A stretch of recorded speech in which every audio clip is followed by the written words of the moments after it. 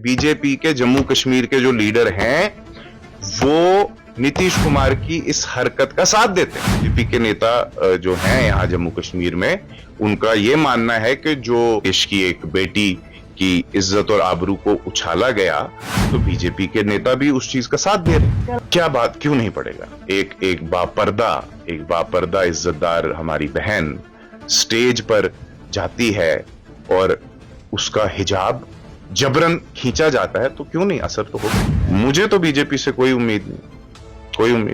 मुझे तो लगता है उनके नेता खुश हो रहे होंगे इस हरकत से। देखिए, मुझे लगता है दो ही चीजें हो सकती हैं। या तो नीतीश कुमार जी अपना दिमागी तवाजुन खो बैठे हैं, पागल हो चुके हैं। अगर तो, क्योंकि कोई भी जो आदमी ठीक जहन का हो वो ऐसी हरकत कभी नहीं कर सकता, खासकर एक इतने सीनियर पॉलिटिशियन। अगर तो वो पागल हो चुके हैं तो उनका मेडिकल टेस्ट होना चाहिए। तो फिर उसके बाद अगर वो पागल करार दिए गए तो कानूनन वो फिर चीफ मिनिस्टर की कुर्सी पे नहीं बैठ सकते। ये लॉ है कि एक आदमी जो मेंटली रिटार्डेड हो वो किसी भी कॉन्स्टिट्यूशनल पोजीशन पे नहीं बैठ सकता अंडर लॉ। अगर तो उनका जहनी तवाजुन ठीक है, अगर डॉक्टरों ने ये कहा कि वो मेंटली नॉर्मल हैं, तो इसका मतलब है फिर उन्होंने ये जानबूझकर किया। अब अगर मेरी नजर में, मैं उनसे ज्यादा सवाल भारतीय जनता पार्टी पर उठाता हूं, क्योंकि बीजेपी की ही सपोर्ट से वो चीफ मिनिस्टर की कुर्सी पर बैठे हुए हैं।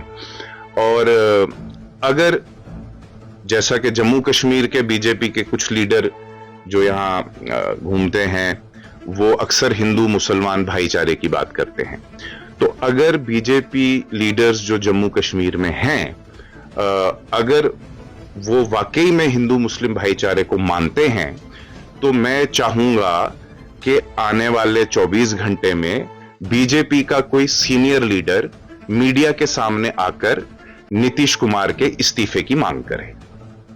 बहुत बहुत शुक्रिया। फिलहाल तो माहौल, जो नफरत का माहौल बीजेपी ने पूरे मुल्क में फैला रखा है, मुझे लगता है अगर कोई मुस्लिम नेता इस किस्म की कोई या इसके आसपास भी कोई हरकत ऐसी करता तो शायद इस वक्त जेल में होता। हाँ, उन्होंने ठीक कहा, मैं उनके इस बयान की मैं साथ देता। मुझे नहीं लगता, क्योंकि चीफ मिनिस्टर की कुर्सी पे हैं और क्योंकि बीजेपी की तरफ से अभी उनके खिलाफ कोई स्टेटमेंट नहीं आया। खैर चलिए, बाहर की रियासतों में तो बीजेपी वाले कभी भी उनकी मुखालफत नहीं करेंगे, जो इनके सेंटर के नेता हैं। अलबत्ता जम्मू कश्मीर में कुछ बीजेपी के नेता हैं जिनको आप रोज देखते हैं, जो इलाकों में जाते हैं जहां मुस्लिम आबादी है, वहां तो वो एक अलग ही राग आलापते हैं। उनको जरा जाके आप मेरी तरफ से उनसे बयान पूछिए, क्या वो नीतीश कुमार की इस हरकत की मुखालफत करते हैं, और उनको चाहिए, जो बीजेपी के एमएलएज हैं, वो ऑन मीडिया नीतीश कुमार का इस्तीफा क्यों नहीं मांग रहे? अगर वो चुप रहेंगे, इसका मतलब है कि